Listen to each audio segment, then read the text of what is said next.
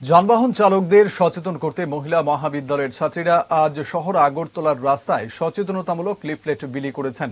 মহিলা মহাবিদ্যালয়ের এনএসএস ইউনিটের উদ্যোগে সচেতনতামূলক কর্মসূচিতে বাইক, টমটম, অটো চালকদের সচেতন করা হয়। এনএসএস ইউনিটের এক ছাত্রী জানান, যান দুর্ঘটনার কারণে রাজ্যে অনেকের মৃত্যু হচ্ছে।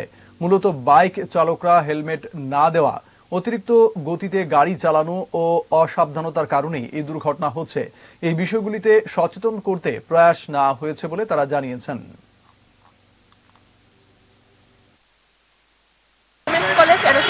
পক্ষ থেকে বর্তমান সময়ে আমরা লক্ষ্য করছি যে যান দুর্ঘটনা যেভাবে বৃদ্ধি পাচ্ছে, যার ফলে অনেক তরতাজা প্রাণ অঝরে ঝরে গেছে।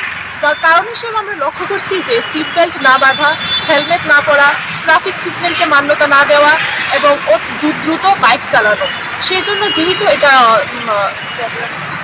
রোড সেফটি মান্থ চলছে, সেই জন্য আজকে আমরা ওমেন্স কলেজ